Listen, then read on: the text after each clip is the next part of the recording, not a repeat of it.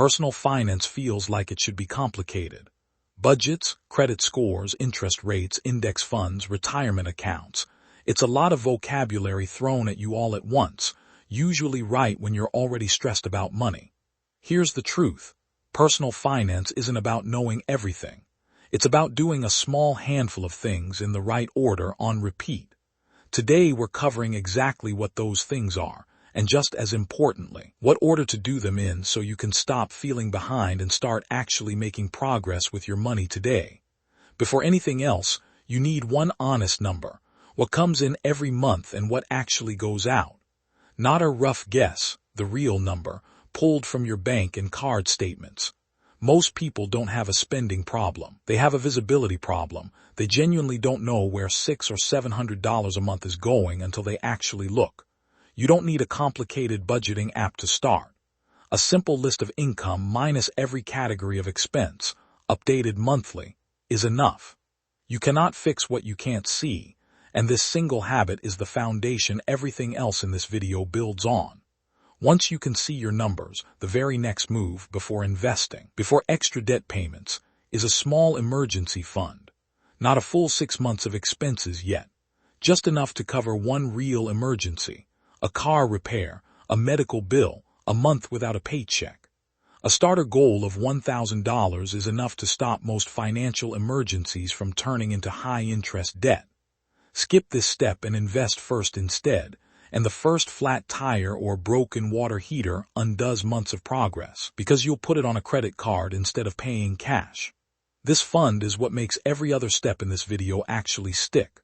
With a starter emergency fund in place, the next priority is high-interest debt, credit cards, most personal loans, anything charging you double-digit interest. This debt is actively working against every other financial goal you have, growing faster than almost any investment could reasonably grow. There are two common methods. Pay off the smallest balance first for quick psychological wins, or pay off the highest interest rate first to save the most money mathematically.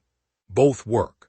The method that actually works for you is the one you'll stick with, so pick one and start, rather than spending months deciding which is theoretically optimal. Once high-interest debt is handled, the next step is making your good habits automatic, so they don't depend on willpower every single month. Set up an automatic transfer into savings the day you get paid, even a small amount. Set up automatic minimum payments on every bill so nothing is ever late by accident. Set up automatic contributions into a retirement account if one is available to you. The entire goal here is to remove yourself from the decision. A habit you have to actively choose every month eventually gets skipped during a busy or stressful one. A habit that happens automatically survives exactly those months, which are usually the ones that matter most. Your credit score quietly affects far more than credit card approvals. It affects mortgage rates, auto loan rates, sometimes even insurance premiums and apartment applications. The good news is that protecting it comes down to two habits. Pay every bill on time, every time, and keep your credit card balances well below their limits. You don't need to obsess over your score daily, and you don't need a paid credit monitoring service to do this well. Those two habits alone account for the large majority of what makes up a strong score over time. Here's why the order actually matters.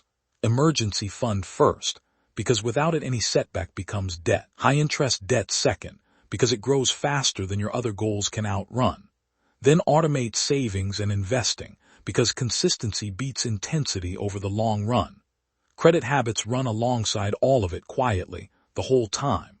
Do these steps out of order, investing aggressively while carrying high-interest debt, for example, and you're moving forward and backward at the same time.